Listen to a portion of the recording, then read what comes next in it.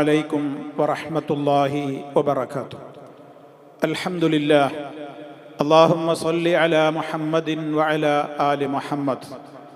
അമ്മാ ബഅദ് ഫത്തഖുല്ലാഹ ഇബാദല്ലാഹ്. സ്നേഹമുള്ള സഹോദരീ സഹോദരന്മാരെ, സുഹൃത്തുക്കളെ, ധാരാളം ആളുകൾ ചോദിച്ചുകൊണ്ടിരിക്കുന്ന ഒരു സംശയമാണ് യാത്ര പോകുന്നതുമായി ധാരാളം ആളുകൾ ചോദിച്ചുകൊണ്ടിരിക്കുന്ന ഒരു സംശയമാണ് യാത്ര പോകുന്നതുമായി ബന്ധപ്പെട്ടുകൊണ്ടുള്ള ഒരു ചോദ്യം. അഥവാ വെള്ളിയാഴ്ച ദിവസം യാത്ര ചെയ്യുന്നതിൻ്റെ വിധി എന്താണ്? പല ആളുകളും അത് നിഷിദ്ധമാണെന്ന് പറയുന്നുണ്ടല്ലോ. എന്താണ് ആ വിഷയത്തിലെ ഇസ്ലാമിക വീക്ഷണം എന്നുള്ളതാണ് സംശയം. മഹാനായ റസൂൽ സല്ലല്ലാഹു അലൈഹി വസല്ലമ ഏത് ദിവസവും യാത്ര ചെയ്യുന്നതിന് വിരോധം പറഞ്ഞിട്ടില്ല. പ്രത്യേകിച്ച് അവിടുന്ന് ഏത് യാത്രകളും പുറപ്പെട്ടിരുന്നത് വ്യാഴാഴ്ച ആയിരുന്നു. അത് തന്നെ പ്രഭാതത്തിൽ വ്യാഴാഴ്ച പുറപ്പെടലാണ് ഏറ്റവും ഉത്തമമായ യാത്രാരംഭം എന്ന് അവിടുത്തെ റിപ്പോർട്ടുകളിൽ നമുക്ക് കാണുവാൻ സാധിക്കും. അതേപോലെ തന്നെ എന്നാൽ മറ്റ് ദിവസങ്ങളിൽ ഏതെങ്കിലും ഒരു ദിവസം നമുക്ക് യാത്ര പോയിക്കൂടാ, അല്ലെങ്കിൽ യാത്ര ചെയ്യരുത് എന്ന ഒരു വിരോധം നമുക്ക് കാണുവാൻ സാധ്യമല്ല. ഏതെങ്കിലും ദിവസത്തിന് ദുശ്ശകുനമുണ്ടെന്ന് പറഞ്ഞുകൊണ്ടോ അല്ലെങ്കിൽ അത് യാത്രക്ക് ഗുണകരമല്ലാത്ത അപകടകരമായ ദിവസമാണെന്ന് പറഞ്ഞുകൊണ്ടോ ഒരു റിപ്പോർട്ടും സഹീഹായി വന്നിട്ടുമില്ല. അതുകൊണ്ട് തന്നെ നമ്മുടെയൊക്കെ നാടുകളിൽ പലപ്പോഴും പല ദിവസങ്ങളിൽ ചില ദിവസങ്ങളിൽ യാത്ര ചെയ്യുന്നത് പാടില്ല, ആ ദിവസം നഹ്സാണ്, ദുശ്ശകുനമാണ് എന്നൊക്കെ പറഞ്ഞ് യാത്രയെ വിലക്കുന്ന ആളുകളെ നമുക്ക് കാണാം. അത് തികച്ചും അനിസ്ലാമികമാണ്. എന്നാൽ ഇവിടുത്തെ സംശയം മറ്റൊന്നാണ്. വെള്ളിയാഴ്ച അങ്ങനെയല്ലല്ലോ. വെള്ളിയാഴ്ച ദിവസം വിശ്വാസികളെ സംബന്ധിച്ചിടത്തോളം നിർബന്ധമായ ജുമഅയുണ്ടല്ലോ. ആ ജുമഅയുടെ ദിനം അവർ യാത്ര പോകുന്നതിൻ്റെ ഹുക്മ് എന്താണ്? ഈ വിഷയത്തിൽ നമ്മൾ മനസ്സിലാക്കിയിരിക്കേണ്ട പ്രധാനപ്പെട്ട പ്രഥമമായ കാര്യം, പരിശുദ്ധ ഖുർആൻ ജുമഅ നിർബന്ധമാകുവാൻ പറഞ്ഞ സമയം ഏതാണ്? യാ അയ്യുഹല്ലദീന ആമനൂ ഇദാ നൂദിയ ലിസ്സലാത്തി മിൻ യൗമിൽ ജുമഅ ഫസ്അഉ ഇലാ ദിക്രില്ലാഹി വദറുൽ ബൈഅ. വിശ്വാസികളെ, വെള്ളിയാഴ്ച ദിവസം ബാങ്ക് വിളിക്കപ്പെട്ടാൽ, ആ സമയമായി കഴിഞ്ഞാൽ പിന്നെ നിങ്ങൾ എന്ത് ചെയ്യണം? എത്രയും പെട്ടെന്ന് അള്ളാഹുവിൻ്റെ സ്മരണയിലേക്ക് നിങ്ങൾ ധൃതിപ്പെട്ട് പോകണം. നിലവിൽ നിർവഹിച്ചു കൊണ്ടിരിക്കുന്ന കച്ചവടത്തെ പ്രത്യേകം എടുത്തു പറഞ്ഞു അതിനെ നിങ്ങൾ ഒഴിവാക്കണം. അപ്പോൾ എല്ലാ പ്രവർത്തനങ്ങളിൽ നിന്നും വിട്ടുനിന്നുകൊണ്ട് വിശ്വാസികൾ ആഴ്ചയിലൊരിക്കൽ നിർബന്ധമായും പങ്കെടുക്കേണ്ടതാണ് ജുമഅ. ആ സമയത്ത് യാത്ര പോകുവാൻ പാടില്ല എന്നുള്ളത് പ്രധാനപ്പെട്ടൊരു കാര്യം തന്നെയാണ്. അതായത് ജുമഅയുടെ സമയമായിട്ട് ഒരാൾ ജുമഅക്ക് പോകാതെ വീട്ടിൽ നിന്ന് ഇറങ്ങുകയാണ്. അപ്പോൾ ആ നിലക്കുള്ള ഒരു യാത്ര, അങ്ങനെ ജുമഅയുടെ സമയമായിട്ട് ജുമഅക്ക് നിർബന്ധമായും അയാൾക്ക് പങ്കെടുക്കേണ്ടുന്ന ഒരു സമയമായി കഴിഞ്ഞിട്ടും അയാൾ അതിനെ അവഗണിച്ചുകൊണ്ട് ഒരു ഉദാസീനതയോടുകൂടെ ഒരു യാത്ര പോവുക എന്നുള്ളത് നിഷിദ്ധമായ കാര്യമാണ് എന്ന കാര്യത്തിൽ യാതൊരു തർക്കവുമില്ല. അതേ അവസരത്തിൽ ജുമഅക്ക് മുമ്പാണെങ്കിലോ, ജുമഅയുടെ മുമ്പാണ്, രാവിലെയാണ്. ജുമഅയെ സംബന്ധിച്ചിടത്തോളം അവിടെ പണ്ഡിതന്മാർ പറയുന്നത് ആ വിഷയത്തിൽ അത് അനുവദിച്ച ആളുകളുണ്ട്. നിരുപാധികം അത് അനുവദനീയമാണ്, എന്നാൽ നിഷിദ്ധമാണ് എന്ന് പറഞ്ഞവരുണ്ട്. കറാഹത്തേയുള്ളൂ, ഹറാമാണെന്ന് പറയാൻ പറ്റില്ല എന്ന് പറഞ്ഞവരും ഉണ്ട്. ഇവിടെ ഹദീസുകളിൽ നോക്കിയാൽ ഒരു ഹദീസ് ഇങ്ങനെ റിപ്പോർട്ട് ചെയ്യപ്പെട്ടതായി കാണുവാൻ സാധിക്കുന്നുണ്ട്. മൻ സാഫറ യൗമൽ ജുമഅ, ആരെങ്കിലും ജുമഅ ദിനത്തിൽ യാത്ര ചെയ്താൽ ദഅത്ത് അലൈഹിൽ മലായികത്തു, മലക്കുകൾ അവനെതിരെ പ്രാർത്ഥിക്കുന്നതാണ്. അല്ലാ യുസ്ഹബ ഫീ സഫരിഹി, അവൻ്റെ യാത്രയിൽ അവന് പ്രത്യേകമായ സംരക്ഷണം ഇല്ലാതാവട്ടെ എന്ന്. ഒരു വിശ്വാസിയുടെ യാത്രയിൽ അവൻ പറയുന്നുണ്ടല്ലോ, അല്ലാഹുവേ എൻ്റെ യാത്രയിൽ നീയാണ് എൻ്റെ കൂട്ടുകാരൻ എന്ന് പറയുന്നുണ്ടല്ലോ, റബ്ബിൻ്റെ കാവലുണ്ടല്ലോ.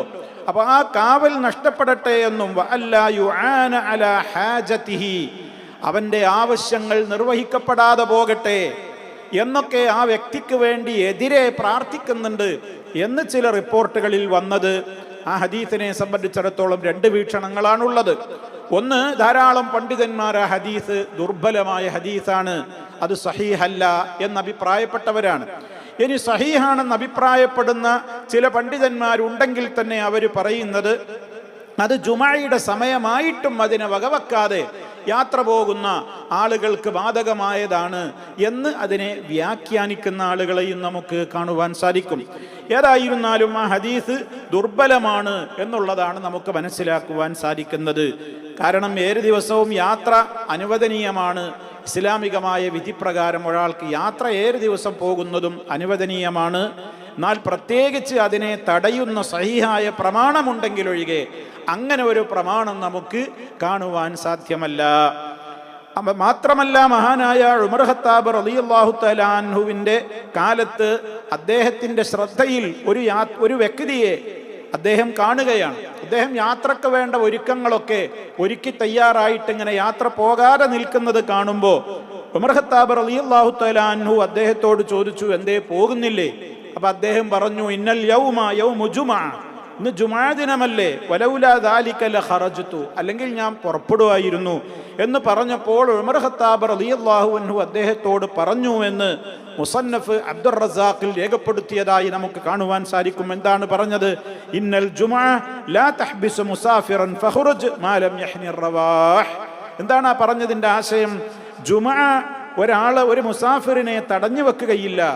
അതുകൊണ്ട് സൂര്യൻ മധ്യത്തിൽ നിന്ന് തെറ്റി അഥവാ ജുമഅയുടെ സമയം നിർബന്ധമായ സമയത്തിലേക്ക് പ്രവേശിച്ചിട്ടില്ലാത്തിടത്തോളം നിങ്ങൾക്ക് പോകാമല്ലോ, നിങ്ങൾക്ക് പുറപ്പെടാവുന്നതാണല്ലോ, പുറപ്പെട്ടോളൂ എന്നിങ്ങനെ അദ്ദേഹത്തോട് പറഞ്ഞതായി നമുക്ക് ഈ റിപ്പോർട്ടിൽ കാണുവാൻ സാധിക്കുന്നുണ്ട്.